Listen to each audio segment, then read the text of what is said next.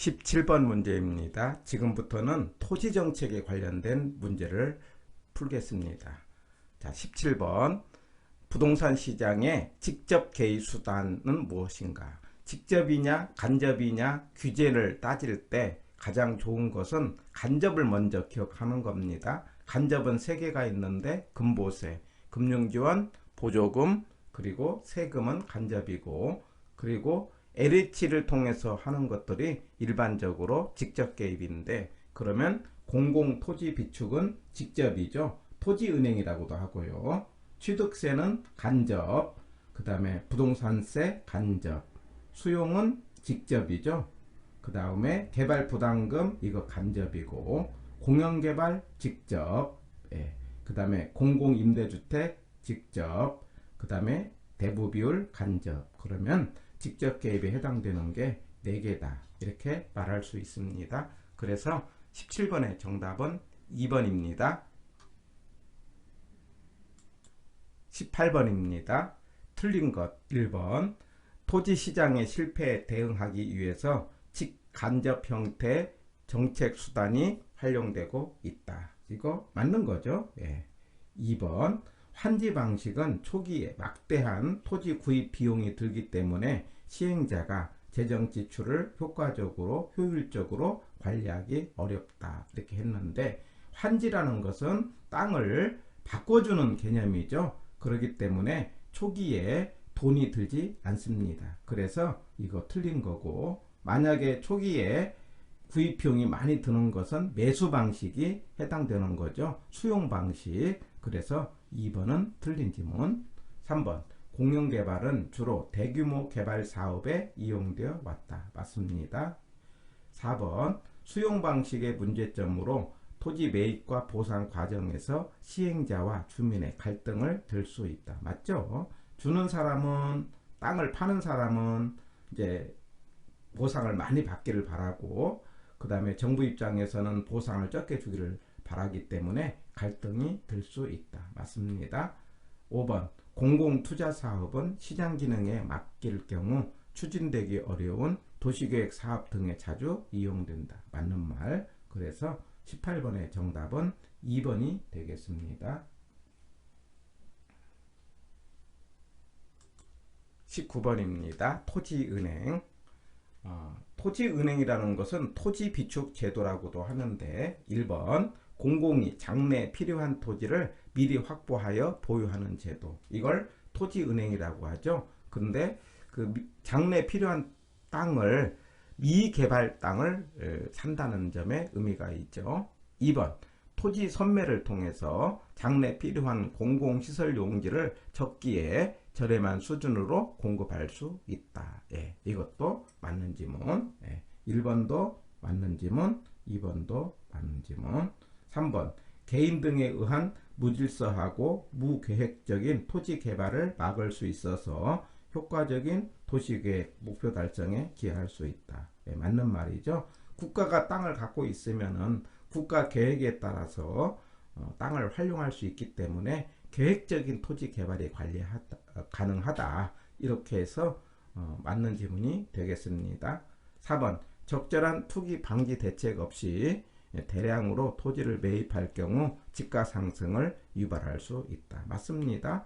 말하자면은 이제 특별히 정부가 땅을 샀다라고 한다면은 그 주변 땅값도 많이 올라가는 그런 문제가 생기는 거죠. 그래서 이제 문제점으로 투기 방지 대책이 있고, 그 다음에 또 하나의 문제점이 있다면 정부가 필요한 땅을 미리 확보를 하는 점에서는 바람직한데, 그 땅을 확보하는 데 필요한 돈이, 자금을 미리 확보하는 점에서 조금 이제 어려운 점이 있고, 또 하나 어려운 점이 있다면은 국가가 땅을 사갖고 관리를 할 때, 말하자면 국가가 관리하는 점에서 좀 어려운 점이 있습니다.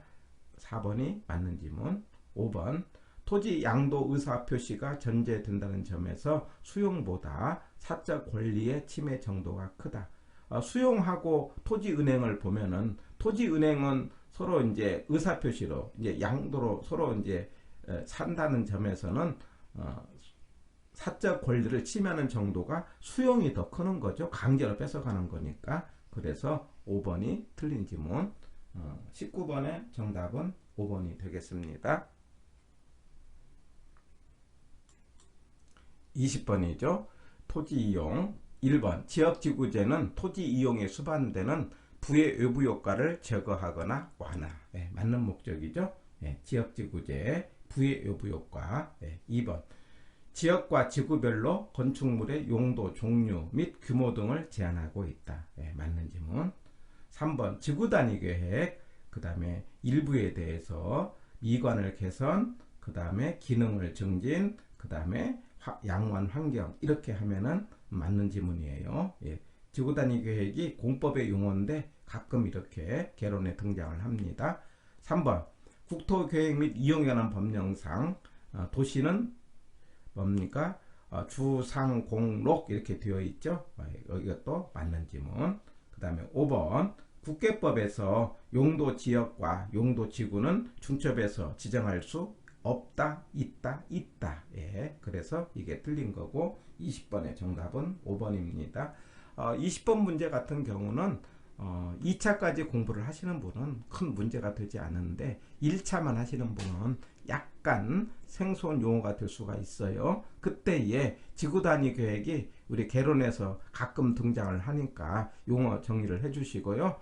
지구단위 계획은요, 여기 일부에 대해서, 그 다음에 기능을 증진, 그 다음에 미관을 개선, 양호한 환경, 이런 단어가 나오면은 지구단위 계획이다 기억을 하시고요. 그 다음에 5번에 가서 용도 지역, 용도 지역과 지역은 중첩에서 지정할 수 없지만 용도 지역과 용도 지구는 중첩에서 지정할 수 있다. 이 정도는 기억하시고요. 4번에 가서 국계법에서 도관농자 4개 지역이 있죠. 도시지역, 관리지역, 농림지역, 자연환경 보존지역이 있는데 도시지역은 4개가 있어요. 주상공록, 주상공록, 이런 정도는 1차만 하시는 분도 체크를 해 보시는 것이 좋지 않나 생각이 듭니다. 2차 공법에 관한 내용들이 개론에서 이렇게 등장을 하고 있습니다. 해서 20번의 정답은 5번입니다. 21번입니다. 1번 용도지역지구제는 토지이용 계획 내용을 구현하는 법적, 행정적 수단 중에 하나다. 맞습니다. 예. 그래서 이제 용도지역지구는 계획적인 토지 이용이에요. 그래서 계획적으로 함으로 인해서 나쁜 용도가 생기지 못하게 하고 효율적인 토지 이용이다. 그래서 효율성을 위한 정책이다. 이렇게 문제를 풀어가는 거죠. 그 다음에 2번 지역지구제 규제를 통해서 토지 이용에 수반되는 부의 외부 효과의 제거. 이 부의 외부 효과의 제거, 이거 지역지구제 그러면 부의 외부 효과의 제거, 이런 단어 꼭 체크하면 되겠죠. 맞습니다. 그 다음에 3번 지구단위 계획, 그러면 일부에 대해서 뭐라고 하는 거니? 그 기능을 증진, 그 다음에 미관을 개선, 그 다음에 양호한 환경, 이런 개념 나오면은 맞습니다. 그래서 기능을 증진, 그 다음에 미관을 개선, 양호한 환경, 이런 단어 3개는 기억하시고요. 굳이 그냥 생각해 본다면 기미양, 기능을 증진, 미관을 개선, 양호한 환경, 이 지구단위 계획은 우리 개론 문제에서 자주 등장을 하고 있기 때문에 지구단위 계획은 용어 기억해 주십니다. 맞는 지문이에요. 예. 그 다음에 4번 용도지역지구제는 토지이용 제한에 대한 지역에 따라 지가 상승 또는 하락을 야기할 수 있다. 그래서 용도를 지정하면은 땅의 용도가 달라지기 때문에 만약에 개발 용도로 지정을 했다. 그럼 땅값이 올라가겠죠. 만약에 보존 용도로 지정했다. 땅값이 떨어지겠죠. 그래서 4번이 맞는 지문이 되겠습니다. 그 다음에 5번 용도지역 중 자연환경 보존지역은 도시지역 중에서, 자, 이 지문이 이제 틀린 거죠. 아까 문제에서 용도지역 4개가 있는데 도관농자, 도시지역, 관리지역, 그 다음에 농림지역, 자연환경 보존지역, 이렇게 이야기를 하는데 이 4개의 지역은 지역과 지역은 중복을 할 수가 없습니다. 그런데 여기 보면은 자연환경 보존지역 해놓고 도시지역 이렇게 해놨잖아요. 그러면 두 개가 중복이 되기 때문에 말이 되지 않는 말입니다. 그래서 5번은 틀린 지문이 되는 겁니다. 자, 이 정도로 그러니까 그 세부적으로 내용을 하려고 하는 것들은 틀리고요. 이 21번의 내용의 핵심은 지역과 지역은 중복이 안 된다는 개념으로 체크를 해 보시고 이런 정도까지를 우리 개론에서 점검을 하시면은 되겠습니다. 21번의 정답은 5번입니다. 22번입니다. 토지 이용에 수반되는 부의 외부 효과를 제거하거나 감소시킬 수 있다. 예, 지역지구제에 관련된 문제 맞는 지문이죠. 그래서 지역지구제는 용도 지역에 관련된 부의 외부 효과의 제거 기억하시고요. 2번 국계법에서 2종 일반 주거지역은 공동주택 중시 양호한 주거 환경을 위하여 필요한 지역이다. 자, 이런 정도의 문제는 1차를 하시는 분은 조금 어려운 문제죠. 이게 개론에서는 나와서는 안 되는데 그런데 가끔 이렇게 나와도 우리가 할 말이 없어요. 그런데 공법 문제입니다. 여기서 일반 주거지역은 1종, 2종 이렇게 이제 3종 이렇게 나누는데 여기 2종은 중층이고요. 1종은 저층이에요. 그 다음에 여기서 하나 기억을 하신다면은 일반 그러면 편리한 이런 말이 나와요. 1편 이렇게요. 그리고 양호한 이런 말이 나오면은 전용 주거지역이에요. 그래서 1편 이런 정도 하나 기억하시고요. 그래서 일반 주거지역은 양호한이 아니고 무슨 말이 나와야 된다? 편리한이고 편리한 주거 환경이고 만약에 양호한 주거 환경을 보호한다 그러면 전용 주거지역이다 해가지고 2번이 틀렸습니다. 그래서 1편 일반은 편리한 그 다음에 양호한은 전용이다 이런 정도로 한번 출제가 됐으니까 한번 기억을 해보시고 1차만 하시는 분은 기억을 하고 2차 하시는 분은 이건 너무 단순한 문제에 들어가는 겁니다. 답은 2번이 되겠어요. 그 다음에 3번 사적시장이 외부 효과에 대한 효율적인 해결책을 제시하지 못할 때 정부에 의해 채택되는 정책 수단의 방법이 용도지역 지구제. 그래서 3번도 맞는 지문. 그 다음에 4번 용도지구는 하나의 대지에 중복해서 지정될 수 있다. 맞죠? 아까 지역과 지역은 중복이 안 되는데 지구는 이건 지구죠. 지구는 중복을 할 수 있다. 이렇게 풉니다.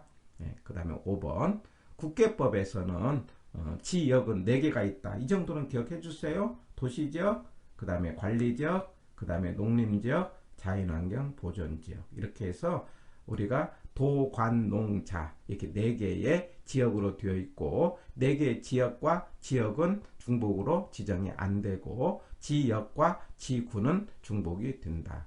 그 다음에 아까 그 일반 주거지역은 편리한이고 그 다음에 전용 주거지역은 양호한이다. 이런 정도 기억하고요. 그 다음에 1종, 2종 이렇게 얘기할 때 이제 일반 주거 1종은 이제 저층에, 2종은 중층에, 이제 3종은 고층에 뭐 이런 식으로 정리가 됐는데 약간 이제 공법적인 요소니까는요. 그건 참고로 기억을 해 보시기를 바랍니다. 해서 공법 문제는 너무 깊게 보시질 마시고요. 한번 출제된 정도 수준에서 정리하시면 되겠어요.